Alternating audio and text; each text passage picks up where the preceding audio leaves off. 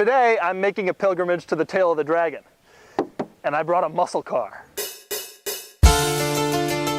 If you know about the tail of the dragon, that'll probably surprise you. That's because this is a tight, curvy, forested road famous primarily with motorcycle enthusiasts, not people with huge American muscle cars. Oh, and it's also in the middle of nowhere. And while this Camaro may be the V8 powered SS model, it's still no sport bike, as I quickly found out. This thing was not really meant to be doing this kind of driving.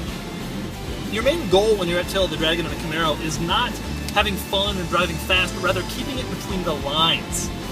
It's like an autocross in the forest.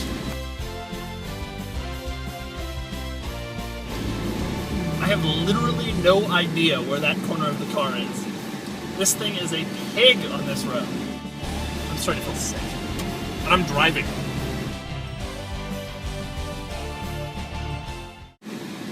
Which would you least rather be driving?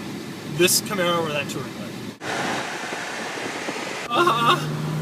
Jesus. When does this end? Eventually, it did end.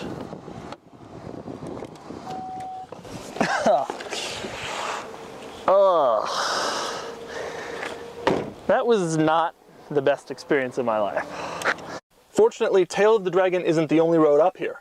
Next stop, the wider, faster Chilhowah Skyway. This car is so much better on these long, sweeping curves than it was on these tight turns before. It's like night and day. It drives so well.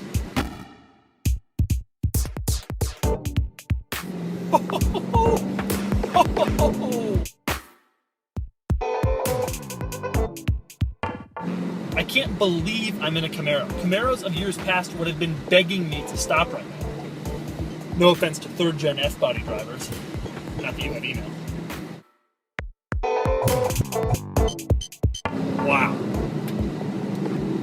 This is excellent.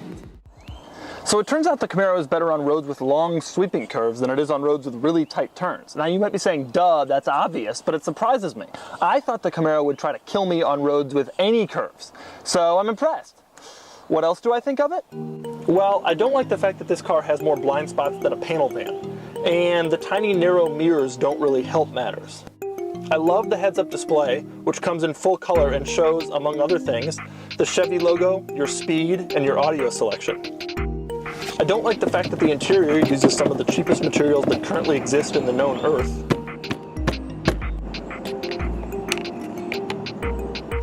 I love the infotainment system, which is incredibly intuitive and easy to operate. I love the big 6.2-liter V8, which makes a muscular 426 horsepower. But I'm not the biggest fan of the trunk opening, which could be generously described as microscopic. Another problem is the car is just not loud enough. I'm sitting here, windows up, in park, and this is a muscle car. I want to hear it. I want it to growl at me. I do, however, love the Camaro's retro styling. So the ultimate question is, would I buy it? And the answer is probably not. That's because this car costs $40,000, and to me, there are just too many other ways to spend your money at that price point. But the thing is, if you're interested in the Camaro, you don't care what people like me have to say. You don't read the reviews and consumer reports and say, does this car have enough safety features to meet the needs of my family? You don't care. You look at the Camaro and you say, that thing is cool, I want one. And then you go pick one up. In which case, I wish you the best, because I think it is a pretty good car, if not a great one. Also, may I recommend a vanity plate?